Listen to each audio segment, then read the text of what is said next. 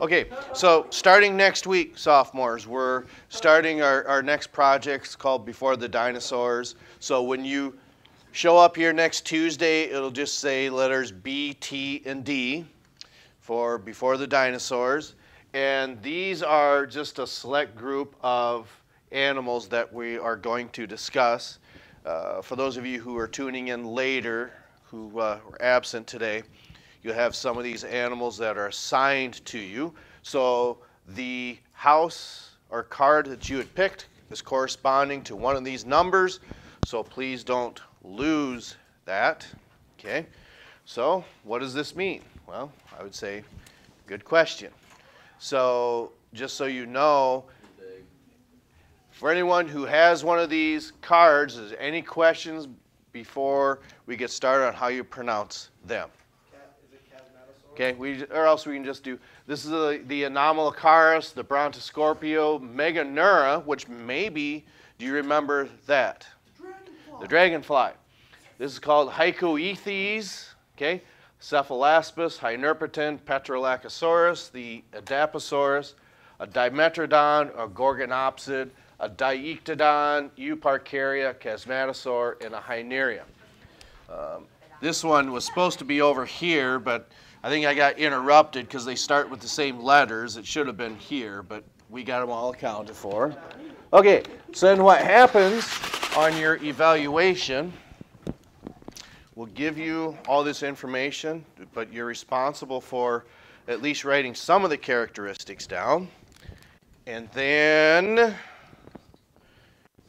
it's fairly similar to this, okay? Because what you do is these characteristics that we talk about, you want to match up with your animal, okay? This, does anyone have Petrolacosaurus that you are aware? That's a number.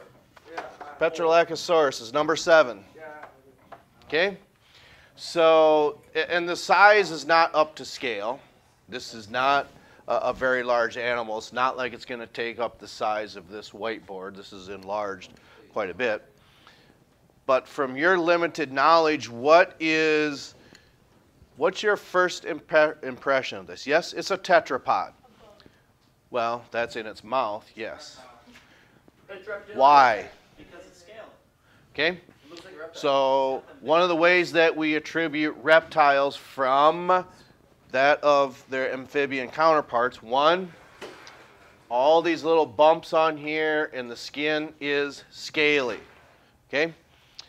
Amphibians, teeth, yes, no? Yes, no? No. Very few amphibians had teeth, especially modern amphibians don't have teeth. But when you look at this here, okay, obviously it's got a very large insect in its mouth. And what about its, yes? That's so weird. Yes. Okay. And then the reason I put my hand up, something significant about its hands. A little more specific than fingers. Come up and grab one of these cards up here before you sit down. Do I need one of them? No. Your lab partner picked one for you. Okay? One of those, yes. Okay, so just keep that for now. Okay, you said fingers. Amphibians have fingers too, but it's something about the fingers. It's got claws. Nails, claws, okay? So these are different types of animals that you'll see throughout this video because... Salamander. That looks like... Right. Now, one of the reasons that you'd look at this animal and say this is an amphibian is it's giving you a really big clue in the background. Right. Amphibians are tied to water for 2 reasons. One is respiration, because their skin has to be moist. And 2 is reproduction. Those 2 have to take place in the water. So we look at this. This is amphibian-like, okay? It's got smooth skin, and then remember we talked about the fingers. What about the fingers? How is it different than these? These have claws. These, yeah, these are pads actually for swimming. Okay. This, oops, I went the wrong way. This would be no use in swimming. Yeah, it might help, but as you're trying to meet resistance, trying to swim through the water, it's just going to go right through their fingers. Okay? So then when these animals have thicker fingers with these pads on there, it's like it's webbed, so it provides more resistance so they can swim more efficiently. So nature selected this to take place. Then this one's probably would be my favorite. Does anyone have number 10? The Gorgonopsid. That's what this one is. Okay? This is as close as we'll get to talking about mammal, well, before we get to the mammalian chapter, but this certainly has characteristics of mammalian features, especially for locomotion. We mean movement, okay? So how's the movement anatomically different from this animal to this one to this one? You're close. The legs really doesn't have much to do with it, except for no, his tail's not going to help. How are they oriented on the trunk? Yeah, stuck onto the side.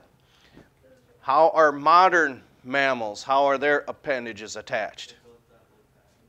They're directly underneath at the bottom.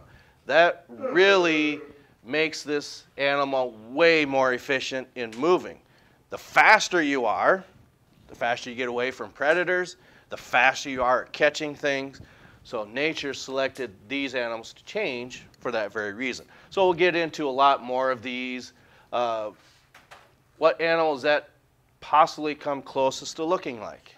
The whale. Not a shark. Crocodile. Yeah, alligators and modern alligators and crocodiles. Okay? For some reason, this prehensile lip, or you could say part of its mouth, was on there for some. Nature selected them to have these. And maybe it's because of limited food sources. We really don't know.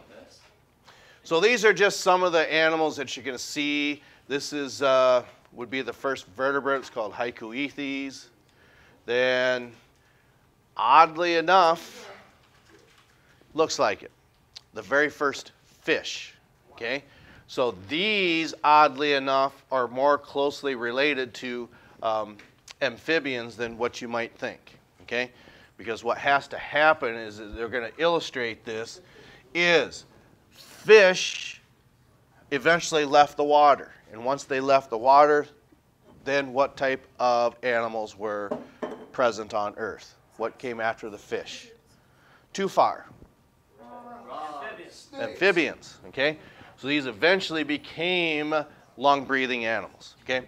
So when we're talking about this evolutionary time, okay, whether it's punctuated equilibrium or whether it's gradualism, there's a long time frame that has to take place. And again, these are just some of the pictures that you will see, okay? And that's Meganeura. That's right. So that's what we're going to be looking at next week, which will probably take quite a bit of sizable time. A two-part exam is probably somewhere around, I'm just speculating, the 7th, gosh, I can't picture it being the 17th. So maybe even a week later than that, which would make that the 24th. Okay? Wednesday the 24th is approximately, that's just a guess on when this large evaluation will take place. Okay? All right. So that's all I have. We'll catch up to you next time.